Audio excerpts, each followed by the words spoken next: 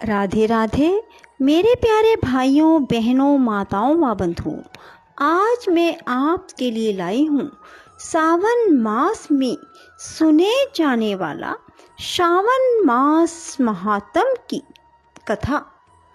बंधुओं, यदि आपने हमारे चैनल को अब तक सब्सक्राइब नहीं किया तो जरूर करें और बेल आइकन दबाना ना भूलें ताकि आपको हमारी आने वाली सभी वीडियोज की जानकारी सबसे पहले हो सके। बोलो शिव शंकर भोलेनाथ की जय, माँ पार्वती की जय।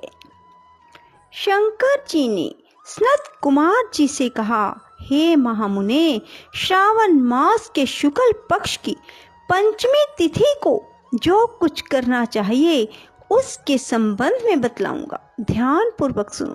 साधक को चाहिए कि वह चतुर्थी को केवल एक बार भोजन करे।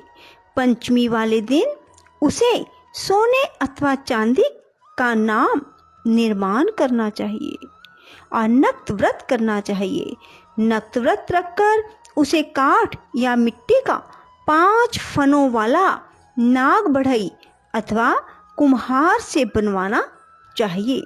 नक्त व्रत रखकर उसे काठ या मिट्टी का 5 फनों वाला नाग बढ़ई अथवा कुम्हार से बनवाना चाहिए तथा भक्ति द्वारा उसका अर्चन करना चाहिए। अपने घर के मुख्य द्वार के दोनों तरफ गोबर का 5 फनों वाला सांप बनाकर उसकी दूध तथा खीलों से पूजा करनी चाहिए। करवीर, मालती, चमेली, चंपा के फूलों द्वारा रमणीय गंध, अक्षत, धूप और दीप से पूजा करनी चाहिए। ब्राह्मणों को शुद्ध घी के लड्डू और खीर का भोजन करवाना चाहिए।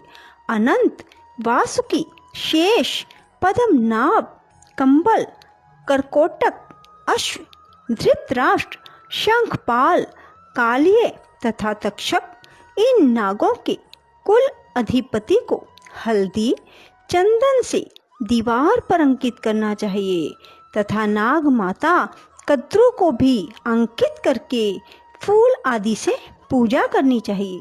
साधक को नाम देवताओं का पूजन करके घी और चीनी मिलाकर उनको दूध पिलाना चाहिए।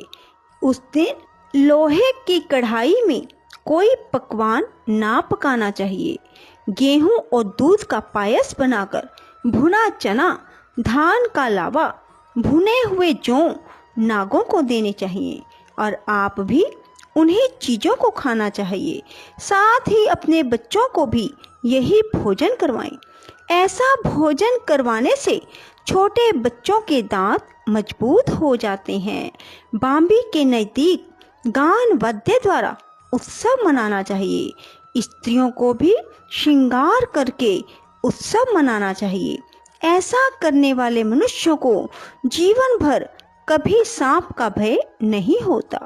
भगवान शंकर जी ने श्री सनत कुमार जी से कहा, हे महामुने, संसारिक जीवों के कल्याण अर्थ मैं आपसे जो कुछ कहूँगा उसे ध्यान पूर्वक सुनिए। सांप के दर्शन मात्र से मनुष्य की अधोगति होती है। सांप हमेशा तमोगुण होता है, इसमें संशय नहीं है। पूर्व विधि द्वारा एक भुक्त आदि का नियम कर ब्राह्मणों के सहित प्रेम से नाग बनाकर पूजा करनी चाहिए। इस तरह 12 मासों की शुक्ल पक्ष पंचमी के दिन व्रत करना चाहिए। वर्ष की समाप्ति पर शुक्ल पक्ष की पंचमी को फिर पूजा करनी चाहिए। नागों के भोजन के उद्देश्य से साधु संतों और ब्राह्मणों को भोजन करवा देना चाहिए। इतिहासविद को रत्न विभूषित सोने का नाग देना चाहिए।